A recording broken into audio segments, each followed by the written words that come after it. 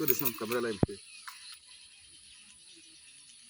Alors, comme vous le voyez ici là, c'est-à-dire pour pouvoir maintenir ça, aujourd'hui nous sommes à ce stade, hein, mais c'est ce qui s'est passé préalablement qui a permis qu'on ait ce résultat déjà. Quand on dit préalablement, dans le maraîcher, c'est en réalité les choses qu'on ne néglige pas, même depuis la pépinière. En pépinière, si on n'a pas réussi la pépinière, on n'aurait pas ce résultat aujourd'hui. Donc en réalité, c'est l'ensemble des activités qu'on a effectuées sur la pépinière qui a permis d'avoir les plantules de bonne santé. Et c'est l'ensemble des activités qu'on a fait ici qui permet d'avoir cette santé que vous voyez et cette santé que vous voyez sur la parcelle.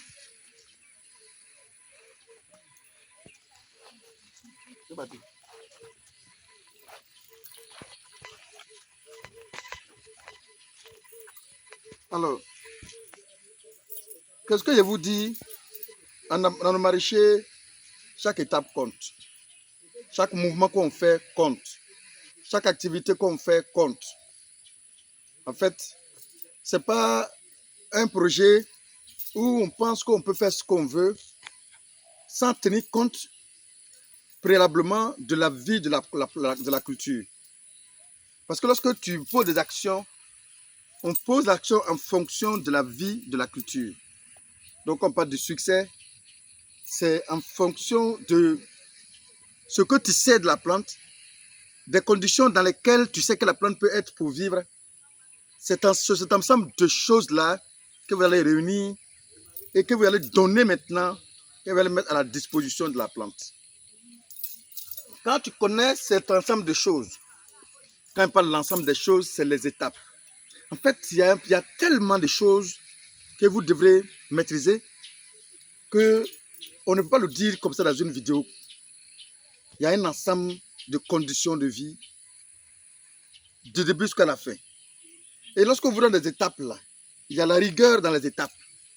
En fait, c'est ces rigueurs dans les étapes là que beaucoup de personnes ne mettent pas, qui font qu'effectivement, on n'arrive pas à atteindre les mêmes objectifs.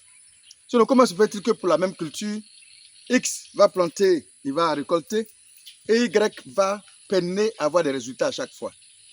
Parce que quelque part, durant toutes les étapes à franchir là, il y a un moment que la personne a failli.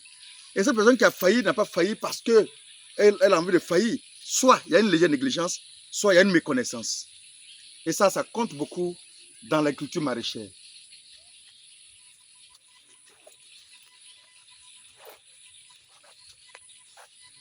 Certaines personnes diront, par exemple, ce n'est pas nécessaire peut-être de faire des planches.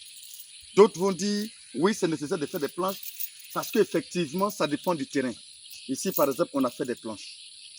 Alors, quand on parle des conditions de vie de la culture, comme vous l'imaginez, comme vous le voyez, vous ne voyez que tout simplement que les plants.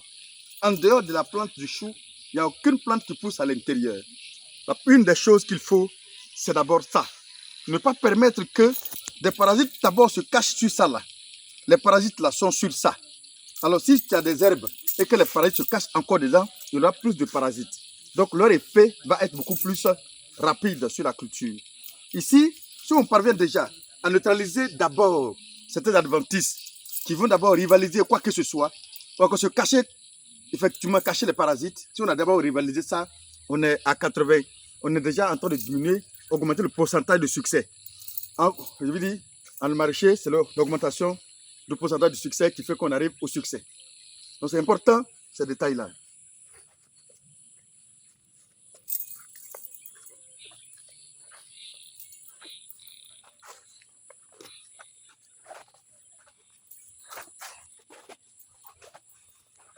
Les caprices de chaque culture, les caprices des cultures sont énormes.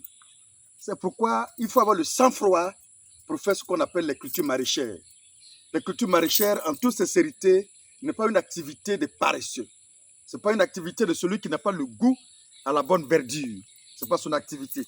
Comme vous le sentez, comme vous le voyez qu'on a remué le sol. On appelle ça le sarclobinage. Même s'il n'y a pas d'herbe dessus, vous voyez ici, ça forme une forme de cuirasse. Ça forme une forme de cuirasse. Et en général, lorsque ça comme ça fait fuir l'eau. C'est pourquoi il est important donc de faire ce qu'on appelle le sarclobinage, ou encore le binage tout simplement, pour laisser passer l'eau, pour laisser pénétrer l'eau au niveau des racines correctement et ne pas faire fuir l'eau. Encore, ne pas aussi faire fuir l'engrais. Lorsque tu mets l'engrais et que tu arroses, ça forme un plateau, effectivement, l'engrais va fuir pour partir.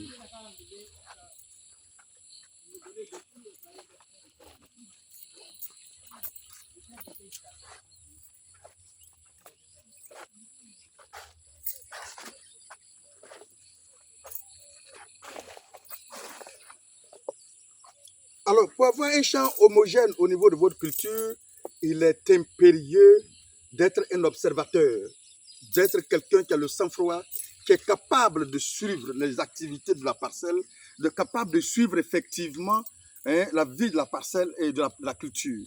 Suivre la vie de la culture veut dire tout simplement veiller à regarder les symptômes, l'ensemble des choses qui sont sur la parcelle, sur la culture. Voyez, vous pouvez voir qu'il y a des plantes qui sont beaucoup plus vigoureuses. Par contre, il y a des plantes qui ont des petits séquelles qui ne sont pas rayonnantes. Mais tout ça, on doit l'identifier et trouver les produits qu'il faut pour rapidement régler le problème avant que la plante, comment on appelle ça, le parasite qui est dessus, qui l'empêche de grandir, puisse se manifester. Pour ce faire, il faut d'abord savoir ces signes-là veulent dire quoi. Il y a des signes, quand tu ne sais pas les interpréter, vous ne pouvez jamais connaître le produit qu'il faut. Donc, il faut d'abord savoir le signe là veut dire quoi. Et une fois que tu sais ce que ça veut dire, bien effectivement, tu dois trouver le produit qui va avec ou l'activité qui va avec. Ça peut ne pas être un produit, ça peut être un engrais, ça peut être des ébailles. L'activité qui va avec, et c'est en ce moment-là, doit être capable effectivement de permettre à la plante de vivre correctement. Vous voyez, il est important de maîtriser ces détails, parce que sans détails, il n'y a pas de résultat dans le maraîcher. Sinon, comment tu peux comprendre que pour les plantes qu'on a effectuées, qu'on a plantées le même jour, il y a une partie où il y a un retard de croissance et il y a l'autre partie où il y a des plantes qui sont en train de se développer correctement. Effectivement, ça peut se comprendre facilement si on est un bon observateur, si on sait faire des bons diagnostics, si on est un bon lecteur de la vie de la plante, on peut le savoir facilement. Et pour être un bon lecteur de la vie d'une plante, il faut être quelqu'un qui est expérimenté, qui a eu le temps de voir comment une plante vit, cette plante-là a vécu comment, cette plante-là a vécu comment, dans telles conditions, et tu as pu avoir avec l'expérience, savoir effectivement pourquoi cette plante-là, à ce niveau, n'arrive pas au même niveau que les autres. Et quand ça n'arrive pas au même niveau que les autres, tu dois savoir pourquoi et comment faire pour que cela puisse rattraper les autres et comment faire pour ne pas perdre la culture totalement et forcément parvenir à le récolter ou bien à la récolter demain.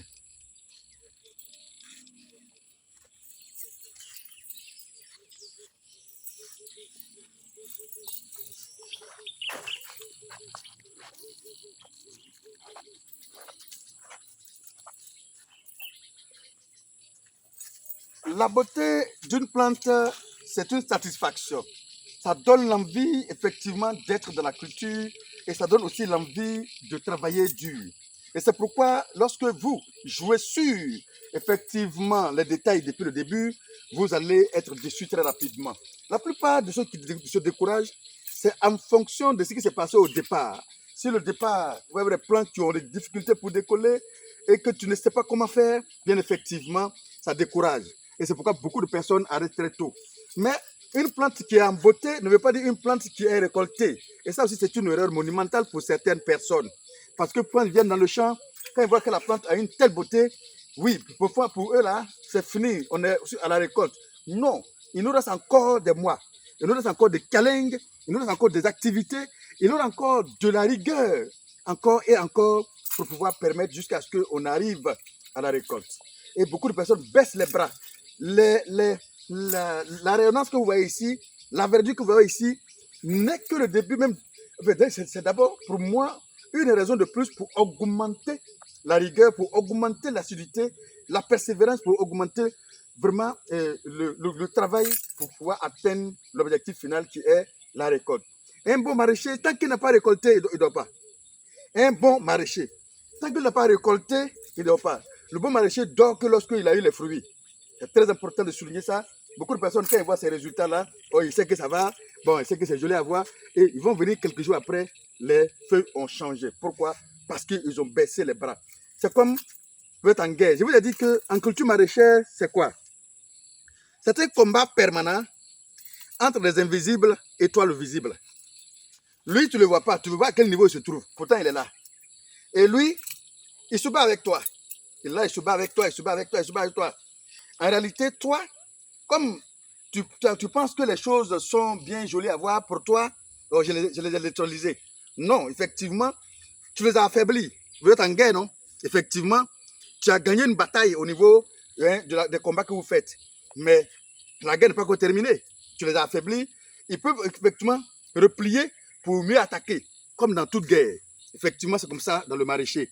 Donc, quand vous voyez ça comme ça, c'est en ce moment-là, vous devrez maintenant rehausser le niveau en disant, oui, j'étais battu, mais je vais arriver jusqu'à ce que je termine la bataille et forcément terminer la guerre et gagner avoir la victoire finale. La victoire finale chez le maraîcher, c'est quoi? C'est la récolte.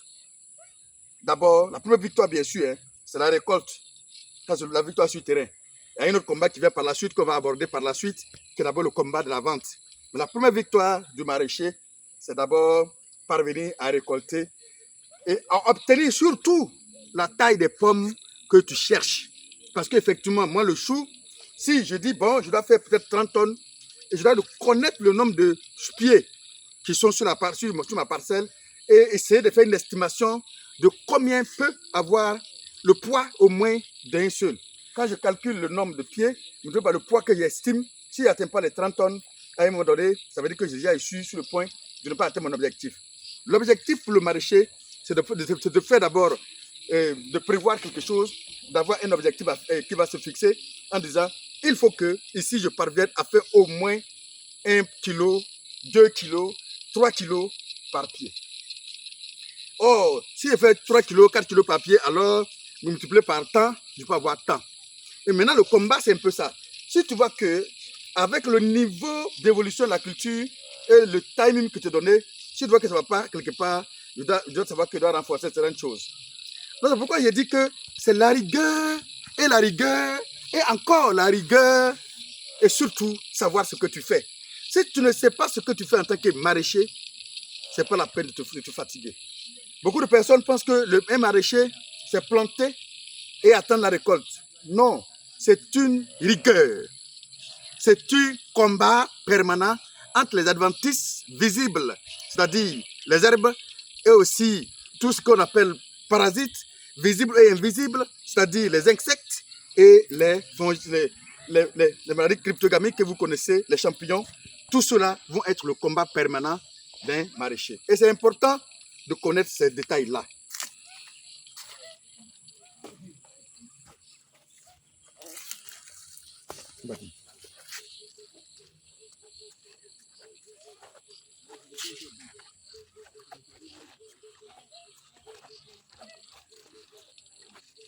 Alors, lorsque vous faites le maraîcher et que vous parvenez dans votre champ, quand il pleut, c'est joli, quand il pleut, c'est beau. Mais attention, les pluies viennent aussi avec l'humidité. Qui parle d'humidité, c'est l'ami numéro 1 de tout ce qu'on appelle parasites, fongiques, qu'on appelle champignons. Alors, dans ce cas-là, il faut savoir le comportement à tenir. Le comportement à tenir lorsqu'il pleut beaucoup. Et comment faire pour ne pas que l'humidité dont la plante a besoin va devenir un problème pour la plante elle-même. C'est important aussi de savoir ces détails-là. Plus qu'important de maîtriser ces détails-là. Et aussi le chou, en réalité, c'est parvenir à gagner une fortune en moins de 3 mois. Et pour faire cette fortune en moins de 3 mois, on a besoin d'un temps où le sommeil ne nous appartient plus. Le temps ne nous appartient plus. Notre temps est consacré uniquement à la vie de notre culture, à comment faire, des calculs dans la tête, des produits qu'on doit expérimenter. En fait, tout ce que vous connaissez, c'est pourquoi il dit la culture maraîchère, l'agriculture n'est pas pour les ignares. Le paysan, ça c'est un paysan, on sait que lui il a une manière de réfléchir avant, je récolte à telle saison, je regarde, ça me donne ce que ça veut, la culture veut me donner, il me donne ça, je prends, ça s'arrête là. Mais l'agriculteur ou encore l'entrepreneur agricole, ce n'est pas la même chose.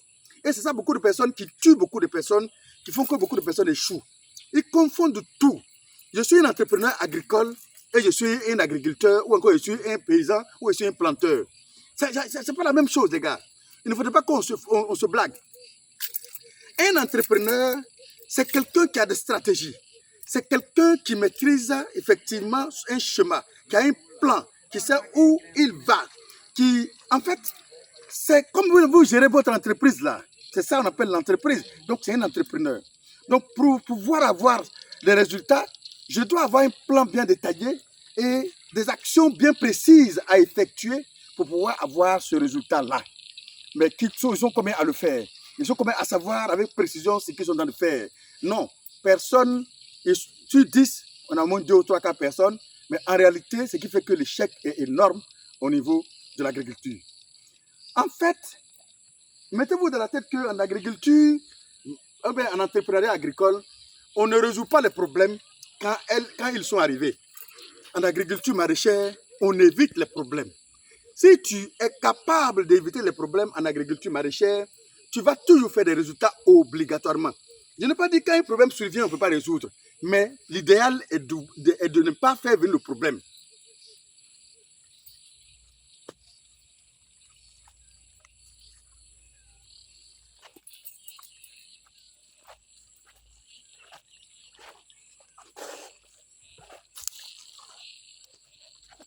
Dans le maraîcher, avoir une beauté, c'est bon et c'est bien, mais maintenir la beauté, c'est le plus gros combat. Et ça, je ne manquerai jamais de le dire, un entrepreneur agricole n'a pas besoin, on n'a pas besoin d'avoir 20 hectares pour dire que je suis un entrepreneur agricole. Mais le peu que tu fais, tu dois montrer que tu es en entrepreneuriat avec le peu. Mais lorsque tu sais montrer que tu es en entrepreneuriat avec le peu, tu vas être capable de partir de ce peu bien organisé à un grand bien organisé. Si tu n'as pas su organiser le peu, sois-en sûr que tu ne pourras jamais organiser une grande chose. Donc, pour ceux qui viennent rapidement, je vais gagner rapidement. Le mot rapidement n'existe pas en entrepreneuriat agricole parce que lorsque tu n'as pas la connaissance parfaite d'une culture, tu ne peux jamais la faire rapidement. C'est quand tu as la connaissance parfaite d'une culture, de la vie d'une culture, que tu peux la faire rapidement. Donc la première des choses, lorsqu'on vient, l'argent est le dernier de nos soucis. C'est comment faire pour connaître la vie de la culture que je suis en train d'effectuer. Maîtriser la vie de la culture que je suis en train d'effectuer. Si tu maîtrises la vie de la culture, tu maîtrises le comportement de la culture et parvenir effectivement à permettre, à commencer de A jusqu'à Z, je veux dire, à planter la pépine de la pépine jusqu'à avoir la récolte, en ce moment-là, tu vas commencer maintenant à penser argent. Tu vas commencer maintenant à penser argent, c'est pourquoi il dit les challenges au niveau de l'agriculture sont énormes. Quand tu finis de planifier, de lever un challenge, l'autre challenge qui arrive, c'est le challenge de la vente. Parce que là encore, c'est un autre combat. La vente des produits agricoles. C'est un gros combat. La vente, je ne peux pas dire vendre. Il y a bien vendre et puis il y a vendre. Oh, toi en tant qu'agripreneur, ton premier combat d'abord, c'est de produire. Et le deuxième combat va venir maintenant, qui est de vendre. Mais on va faire encore une vidéo sur comment vendre ou bien vendre lorsque tu es un entrepreneur agricole. Mais aujourd'hui, notre challenge, c'est comment tu dois te tenir pour maintenir une plante en vie et surtout en bonne santé pour que la plante te donne un grand résultat. Alors, ce que je suis en train de vous dire, ça peut vous aider certes, mais tant que tu n'as pas la posologie, tant que tu n'as pas effectivement la notice qu'il vous faut pour mener les actions qu'il vous faut, effectivement, ça sera compliqué pour vous de faire les mêmes résultats que vous voyez. Parce que tout simplement, avoir même d'avoir une précision de taille sur ce que nous faisons, chacun a eu de nous a eu des échecs. C'est pourquoi le mentoring aujourd'hui peut faire gagner du temps pour certaines personnes, le coaching peut faire gagner du temps pour certaines personnes aussi également. Mais il y a des personnes qui apprennent mieux dans leurs échecs. Ceux-là, celles-là, on peut les laisser mieux apprendre en échouant encore et encore avant de comprendre le schéma pour pouvoir avancer. C'est normal, tout le monde n'est pas né pour avoir le même succès au même moment. Il y a certaines personnes, tu peux prendre du temps pour pouvoir comprendre. Et celles-là, ces personnes-là, on leur concède effectivement leur manière de comprendre la chose effectivement.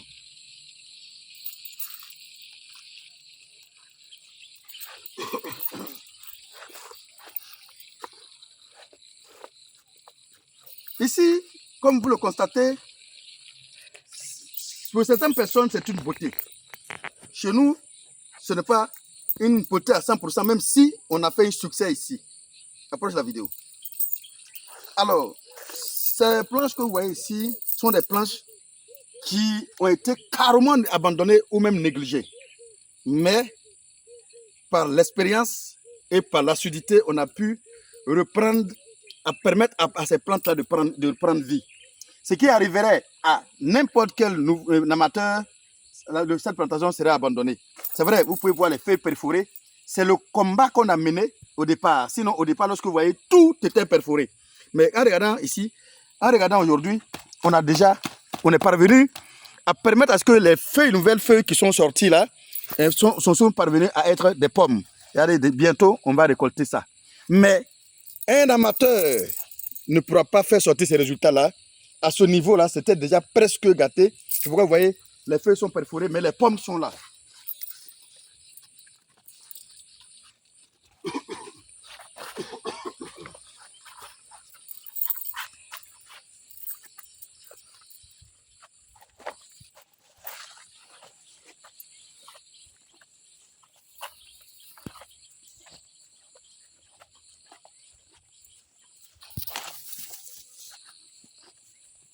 Un bon maraîcher, comme je l'ai dit, c'est un bon planificateur, quelqu'un de très bien organisé, qui sait avec précision ce qu'il fait. Il ne plante pas une culture pour planter la culture. Il plante une culture pour un besoin, il plante une culture pour une raison bien précise. Et c'est pourquoi vous allez voir, il y a des zones où il y a des cultures qui sont positionnées. Par exemple, nous sommes un peu ici dans le département des laitues. Mais la laitue qu'on a positionnée ici, certes, c'est pour d'abord avoir voir le comportement de la plante. D'abord, ça, c'est très important de souligner. Et puis ensuite, voir la vie de la plante, maîtriser la vie de la plante et voir encore une seule chose qui est quoi? La rentabilité de la plante et surtout dans la localité où vous vous trouvez. En fait, ça, ce sont des détails près que beaucoup de personnes ne vous le diront jamais. Je vais faire de la lecture, je viens faire des milliers de planches de la lecture. Moi, je fais combien de planches? 1, 2, 3, 4, 5, 6, 7. Et puis, je crois 8 planches déjà, avec quelques planches de l'autre côté. Mais, certes, ce n'est pas beaucoup pour le moment, mais ça me permettra effectivement de comprendre la vie de la culture, de l'étudier la vie de cette culture et surtout de voir la rentabilité de cette culture. Et lorsque tu as la rentabilité, mais tu auras un noyau aussi effectivement de clientèle. Et c'est ce noyau de clientèle-là que tu vas forcément grandir progressivement en fonction de la demande. Et lorsque tu vas voir à un moment donné que j'ai fait de la lecture qui m'a rapporté ceci, j'ai fait ça m'a rapporté cela, je fais maintenant 2 planches de plus, 3 planches de plus, 4 planches de plus, et clairement, vous allez parvenir bien effectivement à créer encore un autre département sûr, qui est le département laitue, qui a une clientèle sûre, qui est déjà positionnée. C'est pourquoi je disais tout à l'heure, ça encore c'est notre challenge, c'est un autre sujet de vidéo que je vais effectuer, comment produire et surtout comment bien vendre. Parce que si tu produis pour produire, tu vas travailler toujours pour quelqu'un d'autre. Mais si tu produis effectivement et avoir un bon schéma de vente, c'est clair que ton entreprise va prendre de la hauteur et va grandir très très vite. Vous êtes maraîcher et vous voulez vous lancer dans le maraîcher, je vous le dis clairement, être un bon maraîcher, ce n'est pas celui-là qui vient au bien faire, avoir une formation dans le maraîcher, n'est pas une question de j'ai acheté un document qui me montre comment effectivement produire une telle culture. Non, ce n'est pas forcément ça, mais ce n'est pas seulement ça. Tu connais la vie de la plante, tu peux faire produire effectivement. Il faut avoir aussi le sang d'un entrepreneur et considérer que ce que je suis en train de faire, c'est mon entreprise et que cette entreprise-là, je dois voir un jour un PALMSI, un SAPH, un SCB, tout ce que vous connaissez, mais quelque part avec une bonne mécanisation. Il faut avoir une vision claire de comment parvenir à un jour sortir d'un simple jardinier, d'un simple quelqu'un qui a fait 2 ou 3 planches de ceci, à quelqu'un qui est capable de faire telle chose demain.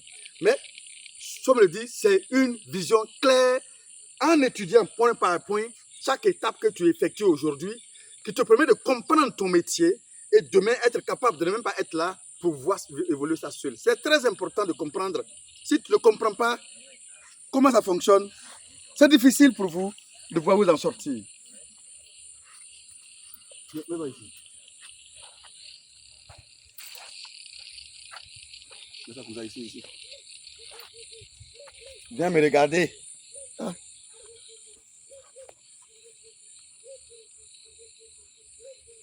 Le succès de son métier, c'est le respect qu'on accorde à son métier. Si, je l'ai dit tout à l'heure, quand j'ai commencé au départ, j'ai dit il y a une forte différence entre un planteur, un paysan et un entrepreneur agricole. Alors, si tu ne sais pas ce que ça veut dire être entrepreneur agricole, ne viens pas pour gâter le nom des entrepreneurs agricoles. L'entrepreneur agricole n'est pas celui qui est venu faire un jardin, mais c'est celui qui est venu faire un champ de tomates, qui a déjà dans la tête, dans 1 an, dans 2 ans, dans 3 ans, comment mon jardin va devenir. C'est ça l'entrepreneur.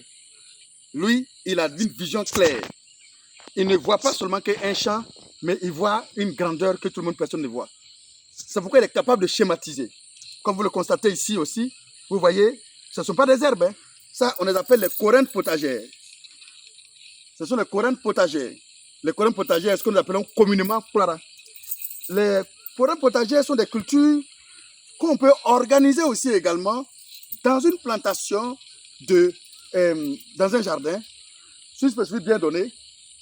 Et ceux-là vont être capables de sortir de l'argent pas de grands milliards, pas de grands millions, non, mais capables de soutenir l'entrepreneur qui commence son activité.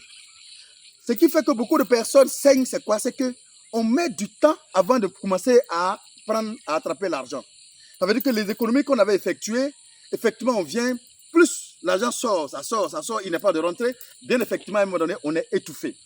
Mais lorsqu'on a la capacité, la possibilité, à moins de 25 jours, de sortir ne serait-ce que même 1000 francs par planche, ça peut nous permettre déjà de survivre et de payer, ne serait-ce que certains produits phytosanitaires pour la vie de notre projet.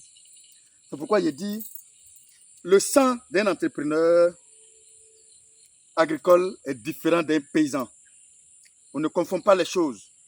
Voilà, c'est pourquoi certaines fois, vous m'appelez, vous dites, M. Dongo, si, M. Dongo, ça.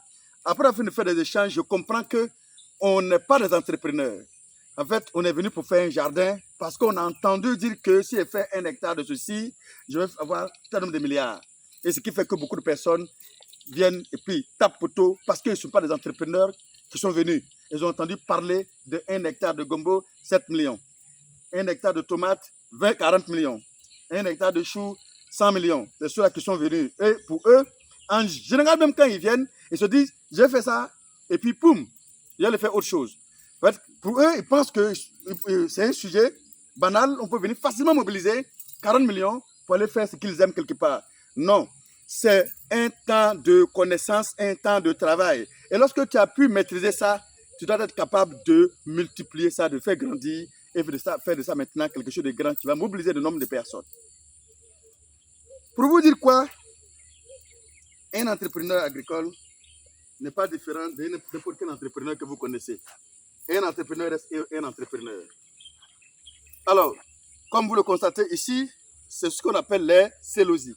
Les célosies se vendent d'abord avec des feuilles jusqu'aux semences.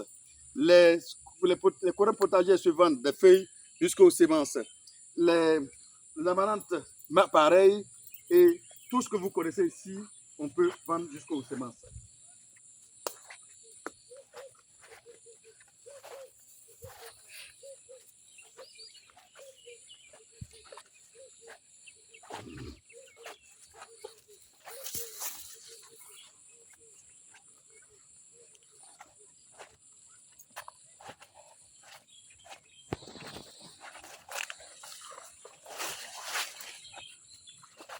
Comme vous le constatez, nous sommes en pleine récolte de tout ce qu'on appelle les guilefeuilles.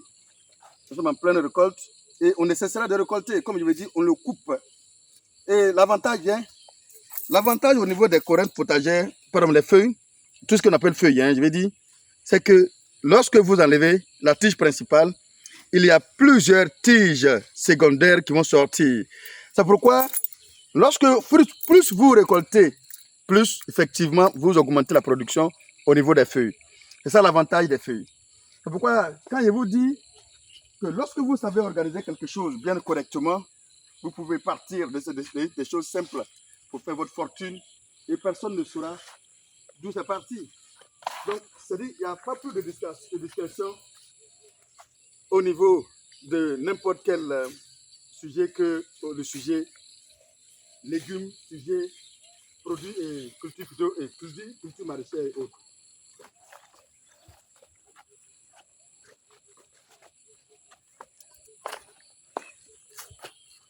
Comme je le dis, je vous ai promis qu'à un moment donné, je viendrai vous montrer cette verdure. Voici cette verdure qu'on est en train de faire le tour aujourd'hui. On avait fait les planches ensemble. Aujourd'hui, on a un niveau. On a commencé même à récolter déjà. On va encore continuer de vous montrer et de donner encore goût à ceux qui veulent se lancer et de vous dire effectivement que Afri Agri est là, effectivement, à votre disposition, entièrement à votre disposition. On a tout fait pour vous permettre, vous, les nouveaux, de vous lancer facilement. En quoi faisant? En écrivant notre expérience qu'on a eue durant tout ce temps, qui nous permet aujourd'hui de faire chaque culture haut les mains, sans se torturer. C'est pas parce que les choses sont très faciles que ça, mais c'est parce qu'à un moment donné, on a eu le temps de nos temps de souffrance et qu'aujourd'hui, ce temps de souffrance-là s'est soldé par une connaissance bien effectivement terrain avec des précisions. C'est comme un livre, on écrit, on sait ce qu'on va faire ici aujourd'hui, comment ça va terminer, si on fait ça, c'est la même chose qu'on va vous donner. Il y a ça. Il y a ce document qu'on a concocté pour chaque culture qui sera à votre disposition. En plus, on a pris le temps de connaître les besoins réels, de comment faire pour éviter le problème de la main-d'œuvre que nous avons aujourd'hui en mettant en place une boutique. Cette boutique-là, qui vous permettra aussi également d'avoir tous les outils nécessaires, c'est-à-dire que les outils traditionnels aux outils modernes, mais pour vous montrer clairement que la mécanisation n'est pas aussi chère, on a des outils simples qui vous permettront effectivement de remplacer 4 à 5 personnes dans une plantation qui ne coûtera même pas 1 million, mais que vous pouvez utiliser pour démarrer vos projets en toute tranquillité. Je vous ai dit effectivement, une chose est chère et impossible tant qu'on n'a pas la vraie information sur la chose. Mais c'est quelque chose, quand tu ne connais pas, quand on parle de ça, tu trouves dépaysé. Mais quand tu commences à maîtriser la chose, vers la fin, tu te trouves qu'effectivement, j'ai perdu du temps à un certain moment. En plus, effectivement, on n'a plus le temps aussi de savoir quels sont les différents produits qui marchent sur telle ou telle culture.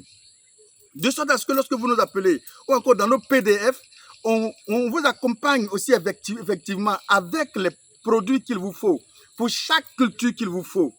On a pris soin aussi de savoir quels sont les engrais qu'on a utilisés pour avoir tel ou tel résultat. De sorte à ce que lorsque vous venez aujourd'hui, vous êtes capable aussi d'utiliser les mêmes engrais et avoir des résultats sur le terrain. Pour vous dire, on a pris soin de savoir que tout le monde n'a pas les mêmes moyens et que la plante ayant besoin d'eau, on peut aider chaque personne effectivement à mettre en place son système d'irrigation en fonction tout simplement de son budget et à faire des résultats haut les mains. À Afri Agri, c'est notre expérience que nous vous partageons. Simplement et purement, c'est les moyens, les outils que nous mettons à votre disposition, simplement et purement, pour que lorsque vous allez nous inviter sur votre parcelle, ce sont des verdures pareilles que vous allez voir sur ma main. Ce sont des verdures pareilles que vous allez voir. Alors, n'hésitez surtout pas à nous contacter pour vos différents projets agricoles. Nous allons vraiment vous accompagner. Nous allons vraiment vous accompagner. On dégage du temps. On va prendre du temps pour parler sérieusement, en tout cas pour discuter sérieusement, pour mettre en place quelque chose qui va réellement avec vos projets. L'équipe est en train de grandir progressivement. Je crois qu'on va pouvoir couvrir un peu tout le plan national. Nos agents peuvent aller aujourd'hui un peu partout pour vous aider effectivement à mettre en place vos différents projets agricoles. On partage uniquement que simplement notre expérience pour que vous puissiez vous aussi réussir vos projets.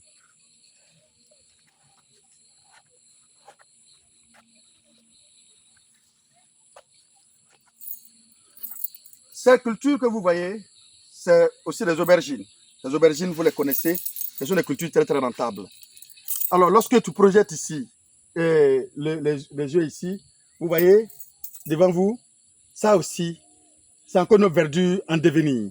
Tout comme ça a été une verdure, bien bâti.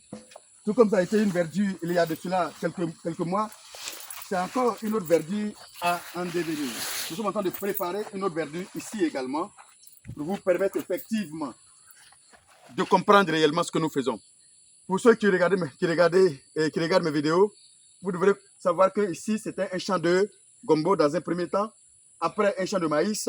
Aujourd'hui, nous sommes en train de préparer une autre surprise qui va sortir ici devant vous. Et comme je le dis toujours, on va faire tout ça ensemble.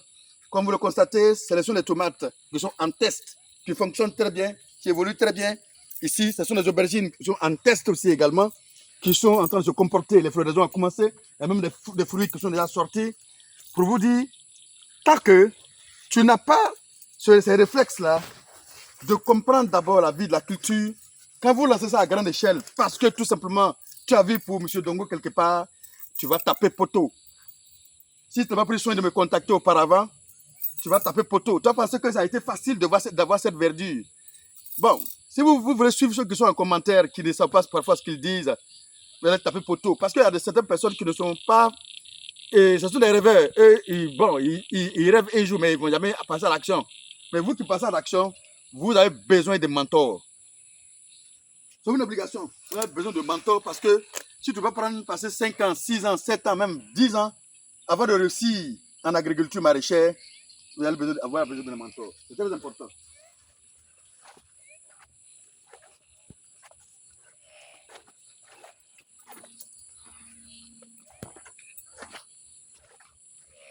Pour conclure, comprenez que ici nous coachons les débutants en agriculture maraîchère, en agriculture avec grand A. Nous les coachons. Nous coachons aussi également ceux qui ont débuté il y a de cela un moment, qui ont du mal effectivement à avoir des résultats. Nous coachons aussi également ceux qui ont quelques résultats, qui veulent les améliorer et grandir rapidement. Voici notre mission, voici notre rôle que nous jouons. Et je crois que ensemble, nous allons pouvoir gagner du temps et faire des résultats. C'est encore Afriagri, votre maison, votre compagne, votre compagnon. Alors, suivez-nous et vous allez avoir les informations nécessaires, la formation nécessaire et surtout, on va vous donner des astuces et les conseils nécessaires pour réussir vos différents projets. Chose due, chose effectuée, parce qu'effectivement, je vous ai dit lorsque je tapais le sol ici, qu'on allait avoir ces résultats. Ces résultats sont là aujourd'hui, nous sommes en train de les tailler. On va les tailler encore et encore jusqu'à ce qu'on va vous montrer quelque chose d'autre. Encore une fois, le même Dongo, à bientôt pour une autre vidéo.